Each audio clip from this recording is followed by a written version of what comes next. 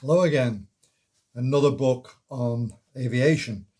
And this book is, I believe, the only book written about Liverpool's own airline, Starways. Now, Starways originally started as a local airline in Blackpool, and then it was acquired by the Wilson family, who had very extensive business interests in Liverpool, including the military surplus army stores and excuse me, a chain of travel agents. So they were able to use the travel agents to feed passengers to Starways, the airline.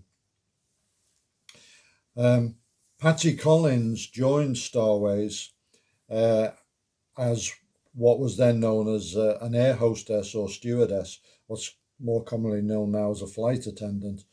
Went through a training and started working regularly on the routes, both scheduled and chartered, that Starways were flying, based in Liverpool at Speke Airport.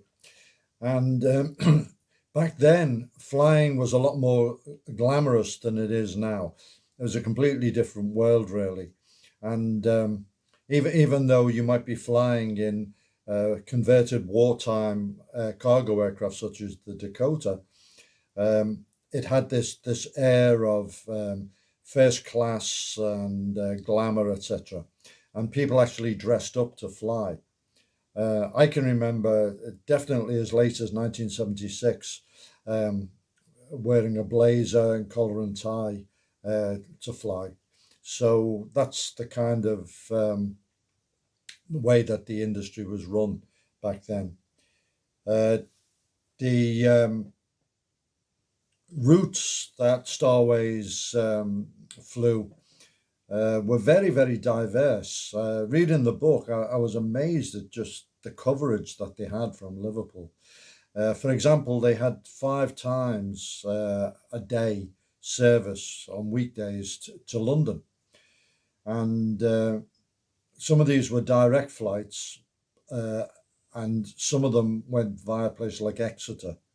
So it was almost like a bus service where you could go to different regional airports on the way. The London flights were very, very important, and 90% of the passengers, and they were quite often full, were business leaders from the major industries in Liverpool, such as AC Delco, BICC, English Electric, and so on, Metal Box Company, all the big major factories that were based in Liverpool that just don't exist anymore. The East Lancs Road, the road connecting Liverpool to Manchester, was just factory after factory after factory, major, major factories. They've all gone. So that industry has left us. We also don't now have any connections to major hubs to fly transatlantic, for example, or to connect to the rest of the world. But Starways did provide that to us, um, flying regularly to what was still then called London Airport, what we call Heathrow now, and on to places like Rome. You could fly to Rome, and it went via Lyon and other places like that. The equipment that was being used, as I mentioned, they had a fleet of Dakotas, sometimes known as the DC-3. These were the Douglas aircraft, which was the most prolific freighter or cargo aircraft produced. And there's some still flying in South America and probably Africa to this day. They were obviously really getting on even then, but they were a workhorse and they did the job. They also had the next model Douglas produced, was the DC-4, sometimes called the Skymaster, was 4-engined aircraft. And then they acquired some Viscounts, And the Viscount was a beautiful aircraft. I mentioned it in Empire of the Clouds review. It was a four engine turboprop, and it was a very successful design. And Patsy tells of the delight in flying. The passengers loved it, and the crews loved it in flying the Viscount aircraft. Star Wars had a few crashes, no more than any other airline at the time. Um, Weather was always a problem, and the avionics was by no means as advanced as today. But I don't think they really had serious loss of life until an incident in 1961 where they were operating a DC-4 on behalf of the United Nations in the Congo. And this was the time when what was then the Belgian Congo had erupted in violence, and there was slaughter going on, and it was a terrible time. And the Starways aircraft, it was at a place called Kamina, and it was attacked by the rebel forces and destroyed on the ground. So that was a terrible tragedy, and I think the aircrew were killed. Starways then gave up that United Nations contract. Another part of the book that Patsy Collins talks about is that some of the VIPs that flew Starways, most prominently the Beatles, starting off when they were well known in Liverpool, but not well known anywhere else. And they used to regularly fly mainly down to London. I do remember that when they went to Hamburg in '62, I think they definitely flew, and I don't know if they flew Starways because Starways did a Hamburg flight.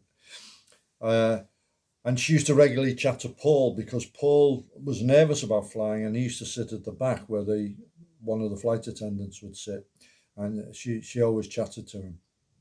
Well, she got to know them all really well, and then their fame built up, as we all know, and she remembers flying down to Heathrow and being told to keep the boys on board because the airport was absolutely overrun with young girls, and there'd be a riot if they saw them, and they had to kind of ghost them off the flight.